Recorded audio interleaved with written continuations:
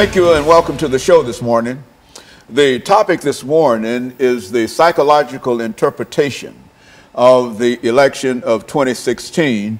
And we have to talk about a psychological interpretation of the election of 2016, Dr. CPoe. And of course, Dr. Poe, let me welcome you to the show and to have you to give us some information in reference to your background, your education, and some of your experiences.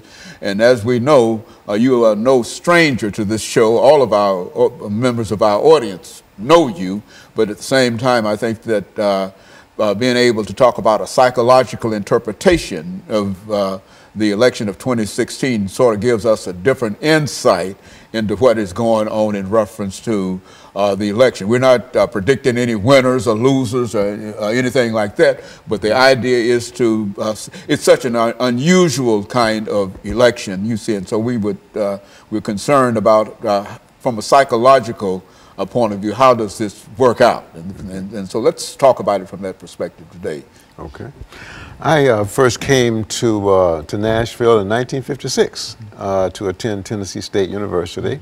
I finished in 1960. I went to Meharry Medical College, graduated from Meharry in 1964, did an internship in Chicago for a year, 64, 65, was drafted into the Army, spent 6 months in Korea, and the rest of that time in Denver, Colorado. And I eventually came back to Nashville in 1976 after doing a residency in psychiatry in California, Berkeley, California, between 1967 and 1970. Mm-hmm.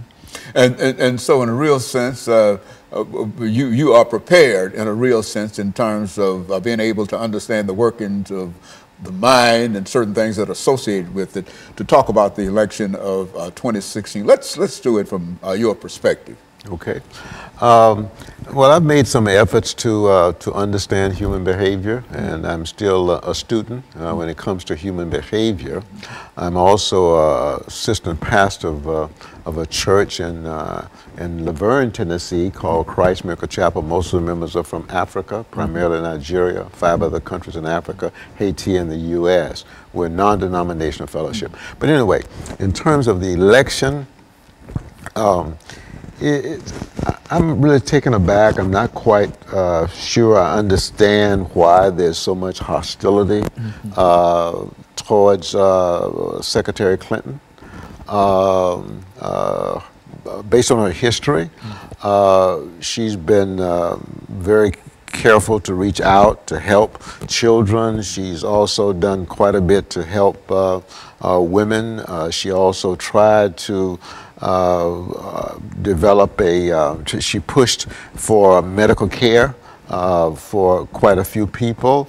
And so it's difficult for me to understand why there's so much hostility towards her. Of course, now she acknowledges that it was an unwise decision that she used her browser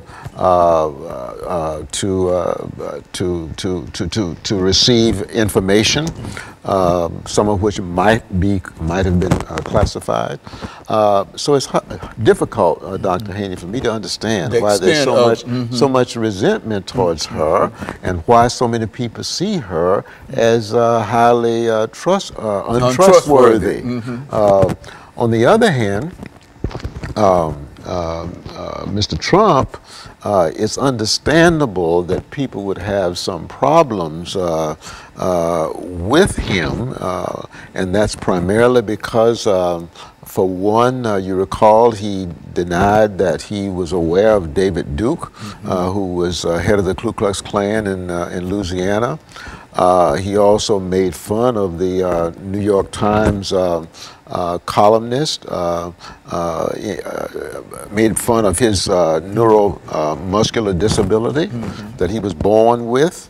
Also, it's fairly well documented his hostility towards females, and also the idea that President Obama and Secretary Clinton is the source of ISIS. They founded ISIS, and then he comes back and says that he was just being sarcastic.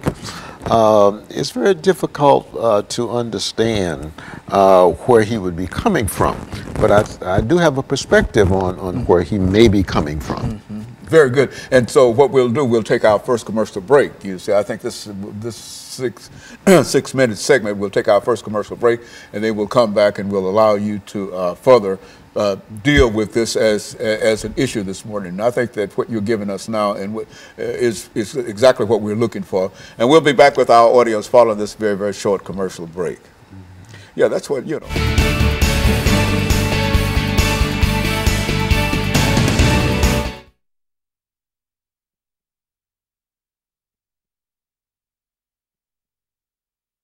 Okay. You know, Okay. Okay. I mean, that's my. Okay. You know, I mean, he just. I don't think he would. I think he might like the excitement. He liked to campaign and do all of that. But in terms of being elected and going to the White House and sitting in the White House and doing the things that I don't think he would want to do anything like that. 1, 2, 3, 4, 5, 6, 7, 8, 9, 10.